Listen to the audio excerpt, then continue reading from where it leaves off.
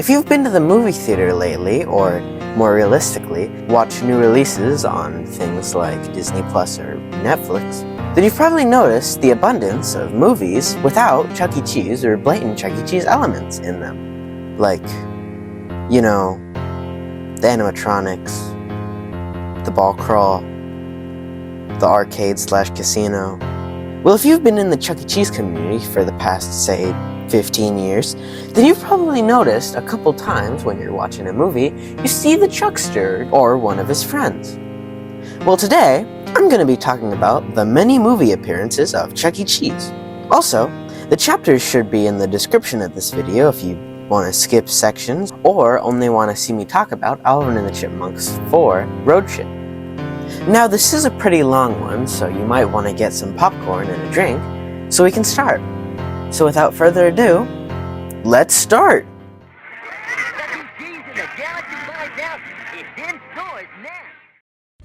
So because I'm making a video about Chuck E. Cheese movies, I should probably address the straight-to-video movie Chuck E. Cheese in the Galaxy 5000. Released on October 5th, 1999, the plot is basically Munch's make-believe band, minus Pasquale, go on a diplomatic space mission to the planet Orion to race in the Galaxy 5000 to help local boy, Charlie Rocket, with his broken tractor. Hijinks ensue, and there's a really uncomfortable love triangle between Chucky, Helen, and this random woman. Then, Helen gets kidnapped by Dr. Zoom and his goons. While this is happening, Chucky wins the race, and then they have a big dance party. My opinion on this movie is a little complicated. Hey guys, it's Rep here. I'm not sure what your opinion is going to be, but all I'm going to say is that Chuck E. Cheese in the Galaxy 5000 is essentially a much worse version of the pod racer portion of the first episode of Star Wars. Thank you for your time. What? Where did he come from? What's Star Wars? You got to have an ace in the hole. A little secret that nobody knows. So I should have said this earlier, but I probably won't do the plot synopsises for the rest of these like I did for the Galaxy 5000 movie. I might do tiny ones so you'll understand how these characters got to this point in the story, but other than that, I probably won't. So, I guess let's start. The one you guys are probably most familiar with, because it's been talked about the most, is the 2001 movie Made, starring Happy Hogan from Spider-Man and P. Diddy. In the last scene of the movie, Jon Favreau's character Bobby and Vince Vaughn, the character of Ricky, are both sitting in the showroom of the Northridge Chuck E. Cheese's, while the song Ace in the Hole by Jasper T. Jowls plays. And the song is even credited in the credits. A fun fact about this scene, the Chuck E. Cheese that they filmed in is Northridge, California, and is one of the 5 legacy locations, meaning that they're going to keep the animatronics for the foreseeable future. The next movie I'm going to be talking about is Alvin and the Chipmunks Road Trip, which is the only Alvin and the Chipmunks movie I don't currently own. Released on December 18th, 2015, I actually remember going to watch this movie in the theaters.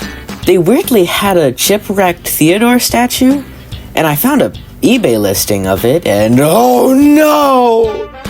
Anyway, near the end of the movie, Alvin, Simon, Theodore, and Dave are taking a pit stop at the Cumberland, Atlanta Chuck E. Cheese's.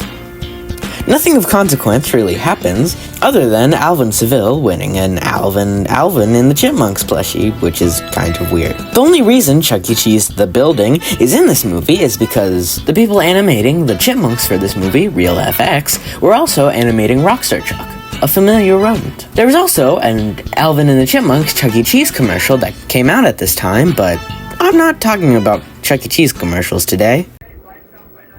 Unless you want me to. In the 1991 movie Don't Tell Mom the Babysitter's Dead, the characters are in a Phase 3 Chuck E. Cheese's. The Chucky costume they use is surprisingly early for this time period, and they use this really weird Chucky voice, and it's... just listen. At this little fridge stocked with like Diet Sprite and Tab, and have a great view. I don't like this one, let's just move on. This next one doesn't have Chuck E. Cheese in it. No, don't click off! This movie actually has one of his friends, Jasper T. Jowls. In the 1998 Adam Sandler movie, Waterboy, In one of the background shots, you can actually see Jasper T. Jowl's walk-around head. It is not known how or why they have this, but it's funny either way. Some would even say funnier than the movie. This one's more of a general one, but in the 2023 movie, Five Nights at Freddy's, the pizzeria that the movie takes place in is essentially a Chuck E. Cheese copycat on the same vein as Banjo Billy's or the Pizza Planet, not that one. I actually talked about this one in my Chuck E. Cheese Copycats video from a couple months ago, but I feel like I was a little too harsh for someone who owns this much FNAF stuff. I probably wouldn't even be in the Chuck E. Cheese fandom if it wasn't for FNAF. This next one's really interesting to me, and nobody really talks about it. The 1989 movie DareDreamer follows the super senior Wilson and his musical daydreams. Well, in the musical segment, The Cure, one of the background dancers is a retrofitted King animatronic. Much like the Waterboy Jasper mask, I don't know how they got it or why they got it. I just think it's funny that they do. This is overall just a good movie, and you should watch it. There's going to be a link in the description. It's free on YouTube, so yeah. I'm not sure if this counts or not because it's not Chuck E. Cheese, it's the Rockfire, but in the 2016 movie Keanu, the main characters, Jordan Peele and Keegan-Michael Key, are kidnapped and are taken to a warehouse with a bunch of creative engineering animatronics. And then a cat, voiced by Keanu Reeves, unties them from the chairs they're, tied to. And then they kill the kidnappers, which it's kind of like, yeah, it's self-defense because they were kidnapped. But look at the background. They're there. They're in creative engineering. That's so cool. Now this one is one of the biggest stretches ever, stretchier than Stretch Armstrong. But in the 2011 movie Diary of a Wimpy Kid, in the scene where the talent show commercial is on TV, Rodrik says, "Hey, Greg, maybe we can a Chunky Cheese." You know, like Chuck E. Cheese. There are probably more times in movies where people just say the name Chuck E. Cheese, but I just wanted Greg Heffley to be in the thumbnail. Hello, everybody. You ready to have a good time? I know I am. Cause it's Freddy Fazbear's Pizza. Now that you know how good movies can be, you might be wondering, But William, why haven't they made movies with Chuck E. Cheese in them recently? well, because of 2.0, filmmakers don't really think it's funny to put Dave & Buster's Jr. or Table Room in their movie, and would rather put stuff that they remember, but CEC Entertainment doesn't really want them to reference stuff like the animatronics.